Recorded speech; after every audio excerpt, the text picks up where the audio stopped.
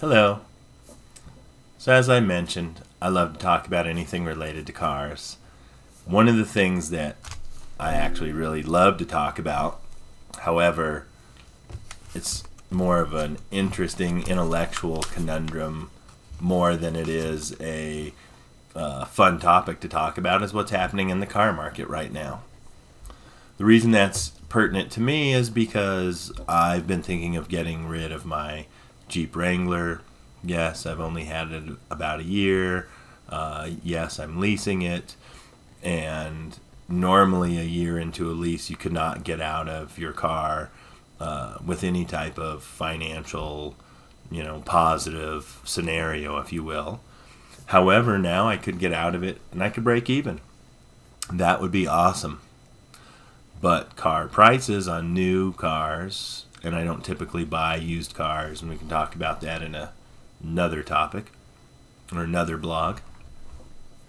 But used car prices are outlandish right now, and even though the prices themselves are softening a little, the interest rates make purchasing or leasing a new car at this time not a good idea. And unless it's absolutely necessary for you to get a new car right now, I strongly recommend against it. It's one thing to get manufacturers, home sellers, whatever it is in this market to bring the prices down at this time, but it is not feasible with these interest rates. And so, we can stop making purchases to drive prices down, but that's just going to further incent the banks to push the interest rates even higher. And so we're just sort of in this weird conundrum, strange time where we need both prices and interest rates to fall. And until they do, the car market's just in a strange, bizarre place that it's never been in before. One of the big drivers of the current car market situation, besides the pandemic and the chip shortage, of course, is Carvana. Carvana is a bad company. That's evidenced in their stock price. It's evidenced in all the lawsuits against them. But what it's really evidenced in the consumer market is how they overpaid for too many cars. Well, for a while, they sold cars at too high of a price because they overpaid for them. And that loss of equity that consumers are now experiencing in the car value is being taken advantage of by the banks. They don't care. They sold the car at X price. The dealership sold the car at X price. Now the consumer's left holding the bag. So as I predicted from what I saw back in 2019 and 20, this auto refinance world is going to really do a disastrous number on the auto market overall, because a lot of people are going to have way too much debt with way too little value in their automobile, and there's going to be no way to recover except to take that money from somewhere else to shore up that negative equity, or file bankruptcy, or stiff the bank and don't pay for the car. But things are going to get worse before they get better in the automotive industry because of the auto refi companies and because of companies like Carvana, who have artificially driven up the price of the used car market. The only other thing that's going to help is a drastic drop in the interest rates to make the monthly payments affordable again, whether it's on a lease or a purchase. We can also have a whole nother discussion about why you should never ever finance a vehicle or pay cash for a vehicle, and why leasing is really the only way to make an intelligent financial decision when it comes to buying a car, which, whether you want to accept it or not, is a rapidly depreciating commodity that wears out and basically has a finite life. It's not like a home or a building or a piece of property that's theoretically going to be there forever. they're made to break. And especially with this age of electronics and computers and sensors and all these types of things, the cost to repair is going up as well. And so that doesn't help the value of the car. It actually makes it a little less valuable, because you might be less likely to repair it because it might not cost that much more just to go get another one.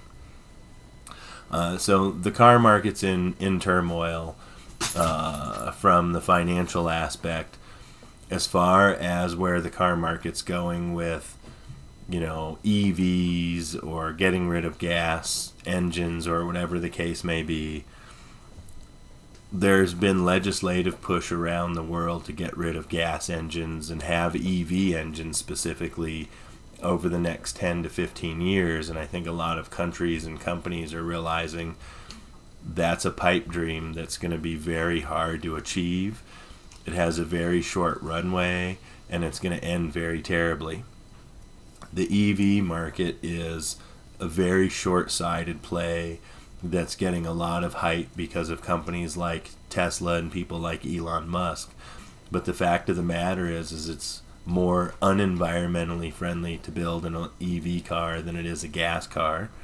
Of course, once the gas car is running side by side with the EV car doesn't pollute.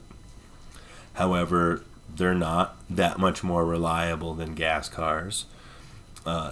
Once the batteries wear out, there's no real way to dispose of them, and that's another environmental hazard that's upcoming.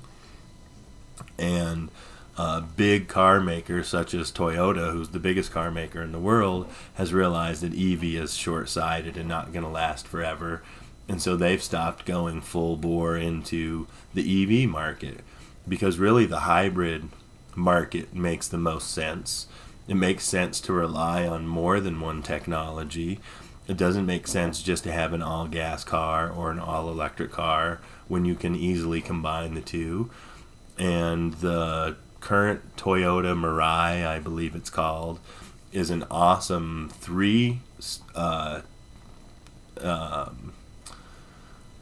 what am I trying to say here? The Toyota Mirai has 3 technologies in it, so it's a multi-hybrid platform that includes hydrogen. And hydrogen is really the answer over electric and gas long term for the environmental benefits.